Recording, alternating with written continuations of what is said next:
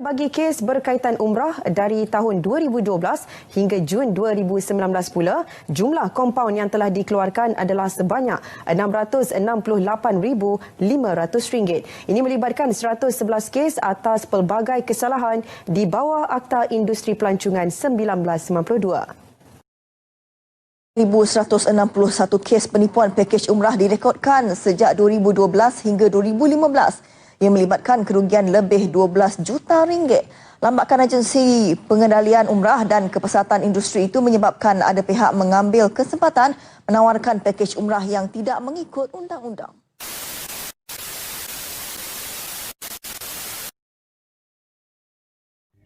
Saban tahun demi tahun, kes penipuan umrah dicatatkan.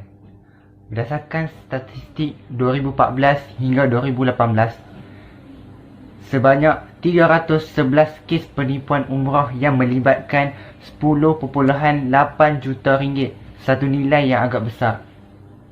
Pelbagai taktik dan cara digunakan oleh penjenayah untuk menipu mangsanya. Bayangkan, duit yang banyak hilang begitu saja. Walaupun kita bukan mangsanya, adakah kita mangsa yang seterusnya? Jom ikuti kes penipuan umrah.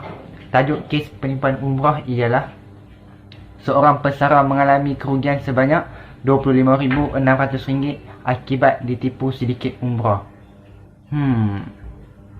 RM25,600, satu nilai yang besar. Jom lanjuti kepada ringkasan kes. Pada November 2018, seorang pesara telah mengalami kerugian sebanyak RM25,600 akibat ditipu sedikit umrah. Mangsa yang berumur 63 tahun telah menghubungi syarikat tersebut untuk mengetahui pakej umrah yang ditawarkan. Mangsa juga memberitahu bahawa beliau telah mengikuti 2 kursus sebelum ditawarkan pakej umrah. Pihak syarikat tersebut telah menawarkan pakej umrah bernilai RM4,900. Apabila mangsa berminat, pihak syarikat tersebut telah memberikan satu tarikh untuk bertolak menunaikan umrah. Mangsa juga telah membayar sebanyak RM25,600 ke dalam akaun syarikat tersebut untuk tinggal di Mekah selama sebulan. Beberapa hari kemudian, pihak syarikat tersebut menghubungi mangsa dan memberitahu bahawa penerbangan mereka terpaksa ditunda dan tidak memberikan tarikh yang baru. Akibatnya, mangsa tidak berpuas hati dan terus membuat laporan polis. Seterusnya, modus operandi kes penipuan umrah. Bagaimanakah pihak syarikat tersebut berjaya memperdayakan mangsa? Kita lihat yang pertama, mangsa akan menghubungi pihak syarikat tersebut untuk mengetahui pakej umrah yang ditawarkan. Untuk membuatkan mangsa lebih percaya, pihak syarikat tersebut akan menjalankan 2 kursus sebelum menawarkan pakej umrah. Kemudian, pihak syarikat tersebut akan menawarkan pakej umrah yang murah. Apabila mangsa telah berminat, pihak syarikat tersebut akan menghubungi mangsa dan memberitahu bahawa penerbangan mereka telah ditunda dan tidak memberikan tarikh yang baru. Guru dakwa ditipu oleh ustaz. Guru ini ditawarkan pakej umrah yang murah dan ditambah lagi menjadi duta untuk syarikat ustaz ini dengan secara percuma, tetapi dengan syarat iaitu perlu mempromosikan pakej umrah dengan harga RM6,500. Dan ustaz ini dan guru ini dia bersungguh-sungguh membuat pakej umrah ini menjadi menarik. Dia membuat poster, banner, dia mengeluarkan duit beratus-ratus beribu-ribu untuk mempromosikan pakej ini kepada orang ramai tentang pakej yang telah dinyatakan. Jadi selepas di tengah-tengah bulan, guru ini disingkirkan daripada grup WhatsApp tanpa sebarang sebab dinyatakan. Jadi guru ini dia merasa malu dengan apa yang telah dilakukan oleh ustaz ini kerana dia tidak dapat menunaikan umrah seperti yang dirancang. Tetapi guru ini dia memberi amaran kepada ustaz ini selama sebulan untuk membayar ganti rugi. Jika tidak, guru ini tidak akan teragak-agak untuk mengemukakan sama malu kepada ustaz ini di muka pengadilan. Tetapi nasib malang si guru ini, Guru ini cuba menghubungi ustaz ini, menghantar test dan sebagainya, tetapi tiada apa respon yang telah dinyatakan oleh ustaz ini. Untuk anda lebih fahami tentang ringkasan kes yang telah dinyatakan itu, kita pergi kepada modus operandi. Yang pertamanya ialah seorang itu mendakwa dirinya sebagai ustaz, dan yang kedua, ustaz itu mempromosikan ataupun dia menawarkan package umrah yang murah dan menawarkan menjadi duta dengan secara percuma. Dan yang ketiga, ustaz duta itu perlu mempromosikan package umrah dengan harga 6,500, dan keempat, duta itu disingkirkan daripada menjadi duta tanpa sebab dinyatakan dan menyebabkan dia menanggung malu kerana tidak dapat menunaikan umrah. Ringkasan yang ketiga iaitu tipu package umrah, jurutera rugi RM7,600. Hal ini kerana pada 11 Oktober 2018, seorang jurutera telah mengalami kerugian sebanyak RM7,600 Malaysia setelah beliau terpadaya atau diperdayakan dengan tawaran package umrah yang tidak wujud oleh seorang ejen pada sebuah syarikat agensi pelancongan. Okey, mangsa yang berumur 43 tahun merupakan isteri kepada seorang jurutera tersebut telah memasukkan wang dalam jumlah yang sangat banyak, iaitu RM7,600 Malaysia tersebut yang tadi tu, ke dalam sebuah akaun bank milik sebuah syarikat agensi pelancongan tersebut. Okey, mangsa berkata bahawa ketika dia ingin menghubungi pembantu suspek untuk mengesahkan tarikh dan jadual hari penerbangannya,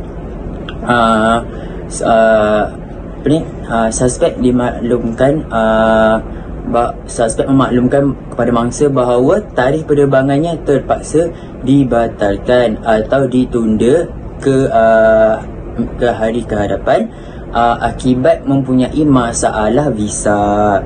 Jadi sekiranya mangsa ingin mendapatkan wangnya kembali, mangsa diberitahu oleh pihak syarikat tersebut supaya untuk menunggu selama 2 bulan jikalau beliau ingin mendapatkan wangnya balik. Tetapi malangnya setelah 2 bulan mangsa masih tidak lagi mendapat wangnya kembali.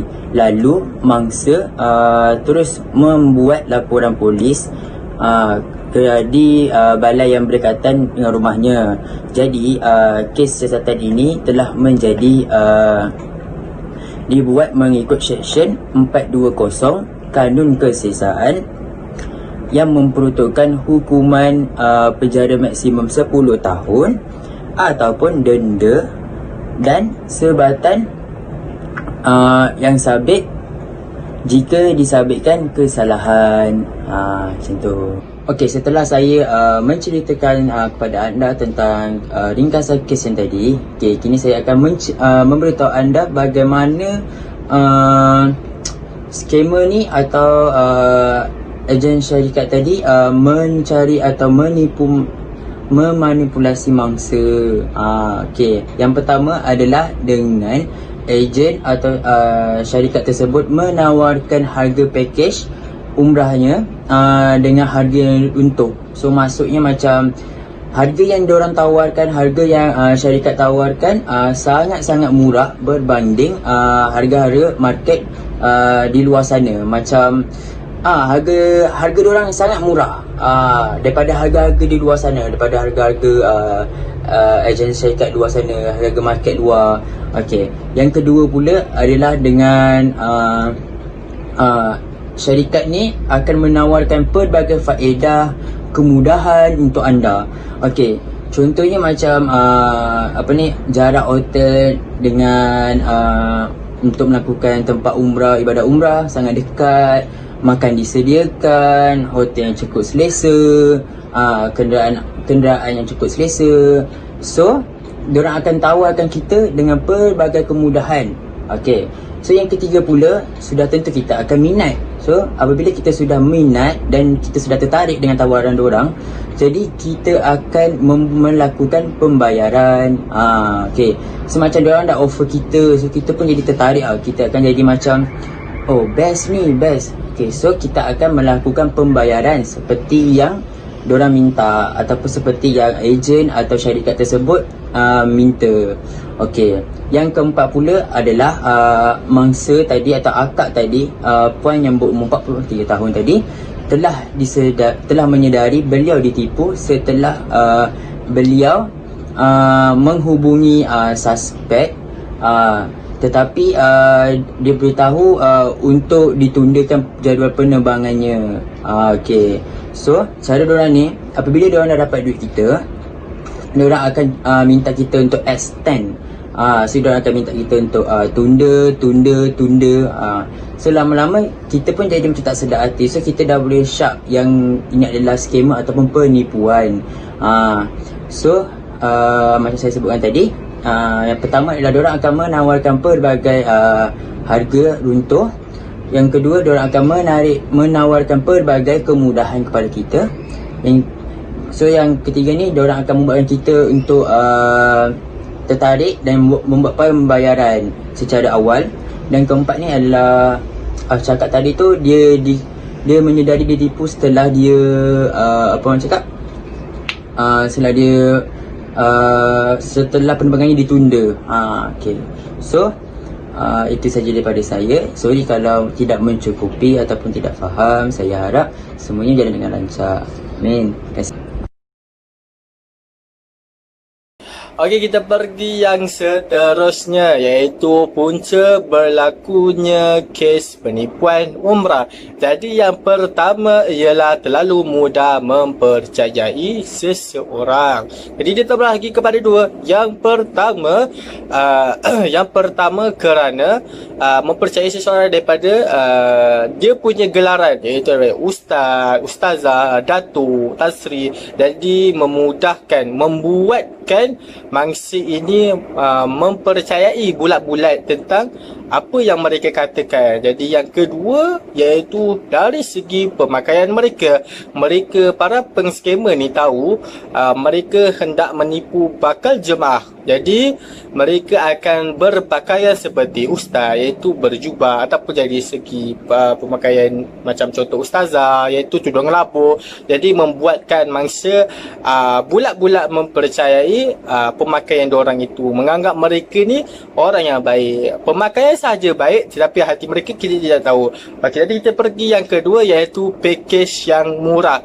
Jadi kita sebagai manusia tidak lari dengan menyukai perkataan murah. Siapa saja yang tidak suka perkataan murah? Jadi mereka menganggap perkataan murah ini membuatkan mereka lebih terperdaya, lebih mempercayai perkataan murah ini untuk mengerjakan ibadah umrah. Jadi mereka menganggap pakej yang murah ini dapat memberi manfaat kepada mereka dan mereka tidak menyelidik kenapa murah, kenapa macam ni. Jadi mereka senang terperdaya. Jadi yang ketiga ialah tidak cakna dengan kes semasa.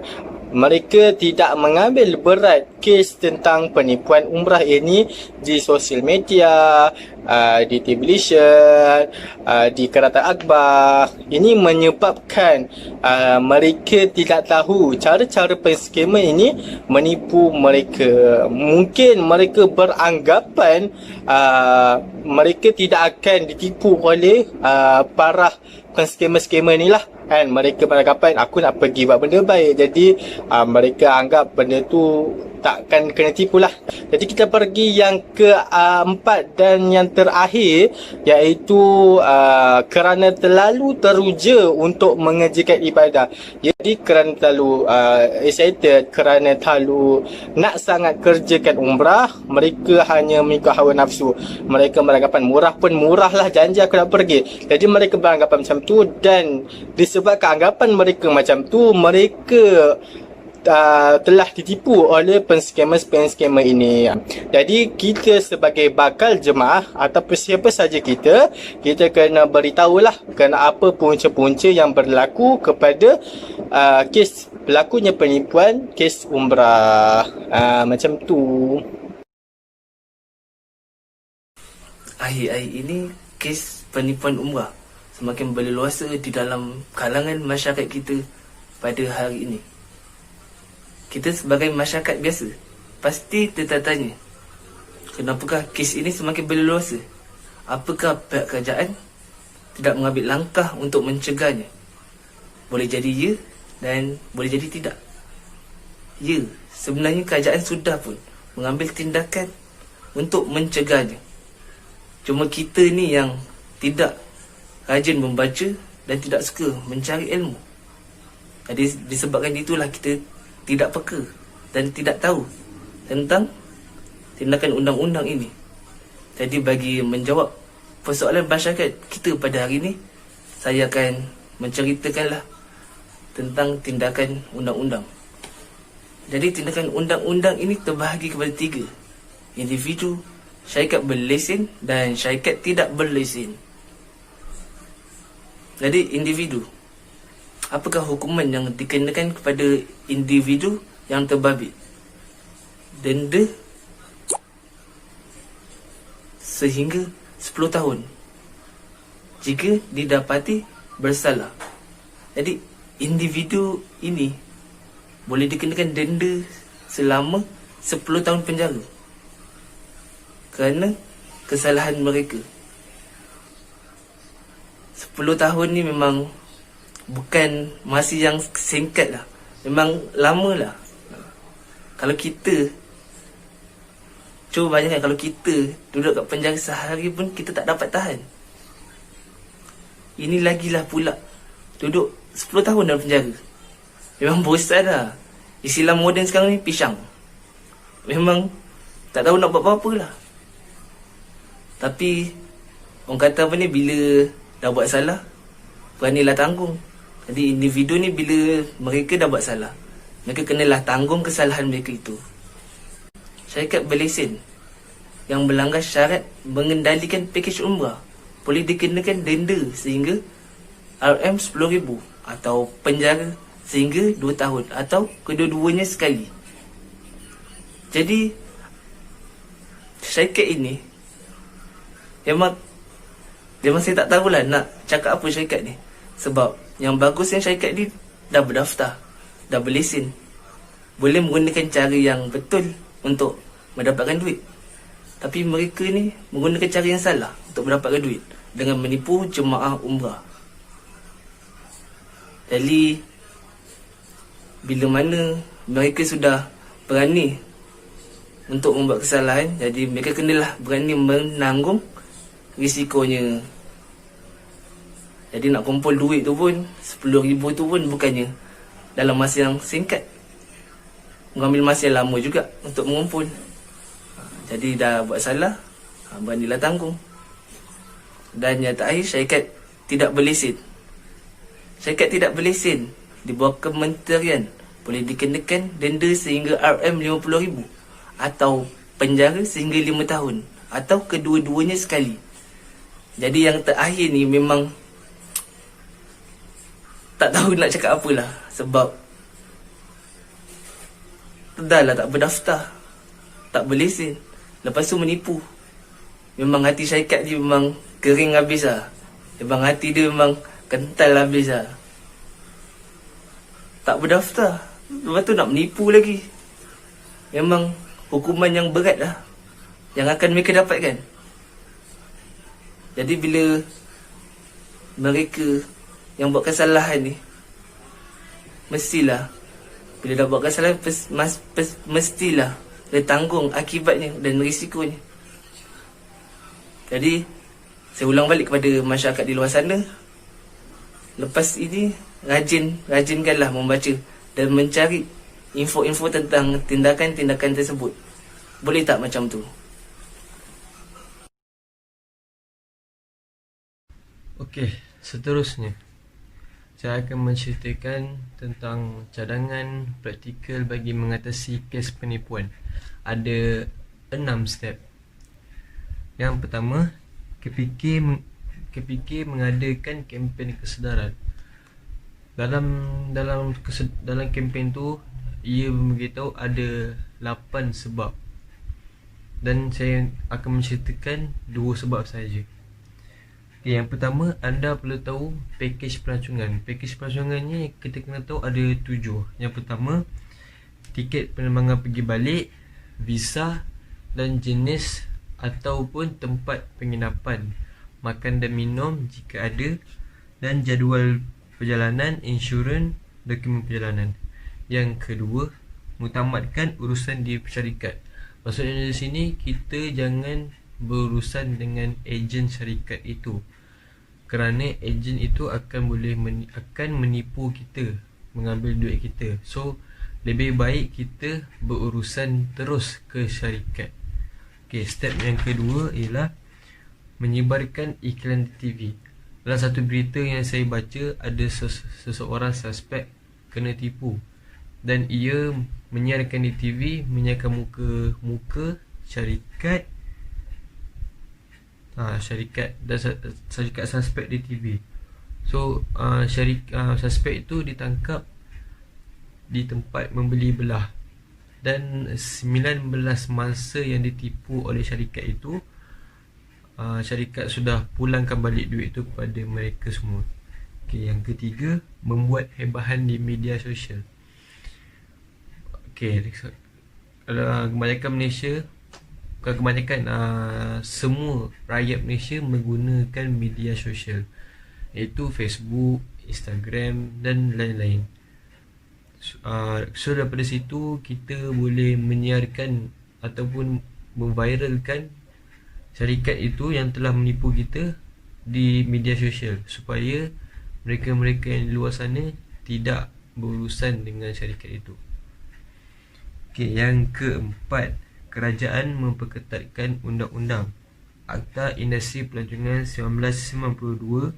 Akta ini mempunyai 5 bahagian. Yang pertama, permulaan. Yang kedua, pelesenan pengusahaan pelancongan.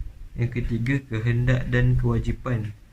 Yang keempat, pelesenan pemandu-pemandu pelancong. Yang kelima, pendaftaran penerima perniagaan. Akta ini ada peraturan ataupun undang-undang. So satu syarikat itu kena ada 5 bahagian ini, baru syarikat itu boleh buka. Yang kelima, agensi pelancongan perlu mengambil lesen khas umrah, iaitu LKU. Okay, lesen ini dimulai 1 Oktober 2017 yang dibuat oleh Kementerian Pelancongan dan Kebudayaan bagi tujuan untuk jemaah tidak ditipu oleh syarikat itu. Okay, sesiapa yang tidak pergi kursus ataupun gagal pergi ke kursus, mereka akan didendakan, syarikat itu akan didendakan 50,000 ataupun dipenjara 5 tahun ataupun kedua-duanya.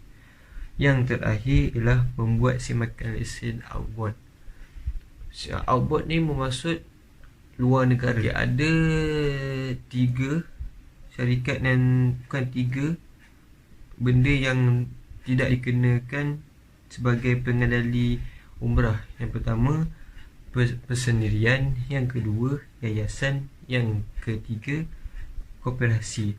So sebelum kita pergi ke luar negara itu, kita perlu membuat semakan outbound untuk syarikat itu. Kesimpulannya di sini, syarikat janganlah menipu jemaah, kerana ia berkaitan dengan agama, berkaitan dengan haji, berkaitan dengan umrah. So berkaitan dengan agama. Menipu jemaah yang ingin pergi ke haji itu adalah berdosa, dan duit yang mereka ambil daripada jemaah itu adalah duit haram. Dan bagi jemaah pula, syarikat kerajaan ada membagi cadangan ataupun praktikal bagi mengelakkan kes penipuan, dan kerajaan ada membuat peraturan ataupun undang-undang untuk syarikat tidak boleh lagi menipu jemaah yang ingin pergi ke haji dan umrah. Sekian saja daripada kami. Assalamualaikum warahmatullahi wabarakatuh.